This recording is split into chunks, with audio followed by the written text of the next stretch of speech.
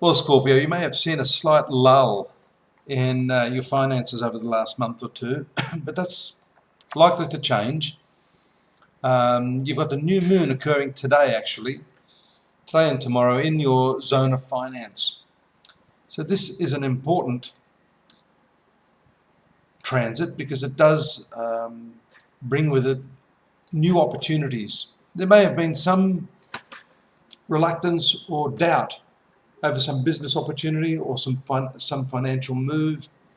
You'll be a lot clearer on that right now. And my suggestion is that it could actually work out very, very well for you. You've got the passing aspects of Mercury from Saturn, Venus from Pluto, which have intensified things a lot for you in this last month or so.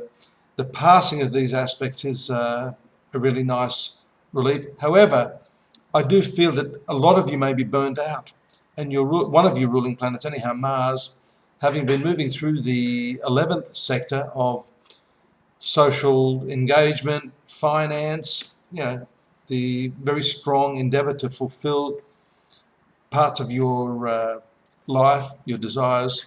That planet Mars is about to move on the 8th to the quieter part of the horoscope. So I think Christmas for you will be one where, yes, of course, you're going to be with family, but I think you're going to temper that and try to keep it as low key as you can to rejuvenate yourself and make yourself feel better. Now, if some of you are like me, I just find everything breaking at the moment. Everything's broken. Everything I'm buying. And of course, mostly what we buy is from China. So I'm getting very, very frustrated. I've got, if you were to look here on my desk, 4 or 5 computers. I've had to buy, expensive computers because the other expensive ones that I've bought have broken down because I don't trust the cheaper ones. These sorts of frustrations are very, very likely. We've had that retrogression of Mercury last month. We've got Saturn and the North Node in your sun sign now. These are very slow-moving planets.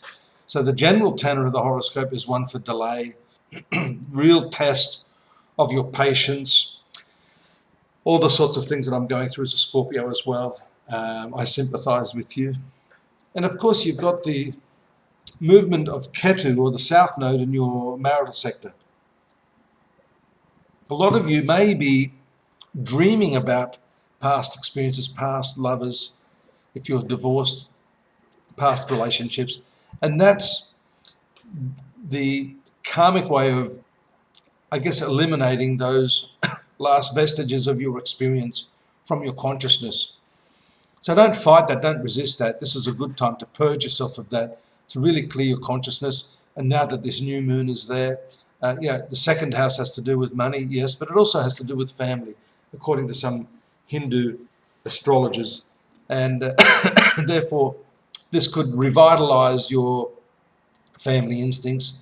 And this is important at a time leading up to Christmas. Really nice aspects there on the 11th, the 13th, 21st, 22nd and 24th. There are some conjunctions, all from Mercury and Jupiter. Mercury not so friendly, Jupiter very, very friendly, stabilizing. And hopefully, let's cross our fingers here on this one, Scorpio, after the 13th, Jupiter aspecting Saturn should bring some softer energies, and maybe, let's hope, let's pray, less obstructions in those sort of other areas. I'm going to do a video on my frustration with this sort of period in history where there's no real attention to detail, where the craftsmanship has gone out of the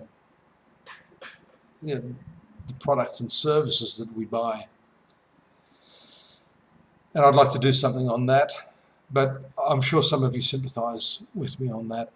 The 22nd, 24th, we have that very powerful transit of your 10th and 11th rulers that's the work and the profit rulers, into the 3rd sector. This is very dynamic. If you've been feeling that lull, and I think you will still feel that sort of pulling back with Mars in your 12th house, you'll get a bit of a lift at this time leading up to Christmas.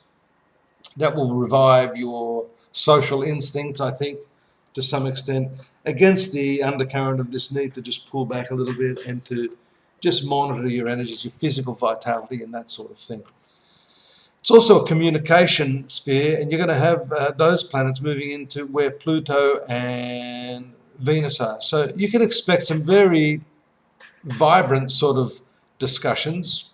We do see that Uranus is involved in this, so you could be meeting with some rather interesting characters after being subjected to the Saturnian conventions for this last year. A nice departure from that, we hope, to give us some humour, some love, some interesting forays into different topics, etc. The sorts of things that Scorpios love. We love to investigate and to explore those deeper recesses of human nature. The last few days of the month, as I've said to some of the other star signs, are beset with some difficult transits: Mercury to Uranus, Sun to Uranus, Mars to Pluto, and Mercury to Pluto. So the Uranus-Pluto thing is rather intense, rather abrupt, rather passionate, but this has to do with work and also health. For you, Uranus is in the 6th house now, so little short bursts of infection, such as colds and flu, such as what I have right now, par for the course, and probably a result of burning the candle at both ends. So do take care there in the last few days of 2013. I do want to take an opportunity at this moment to thank you for your support and to wish you and all your loved ones the best for the festive season, a happy, safe, prosperous new year, and I certainly hope you'll be here to join me again in 2014, but not before, again, I hope as well, joining me at astrology.com.au to get a more detailed analysis of yours and your loved ones' star signs. Take care now. Bye-bye.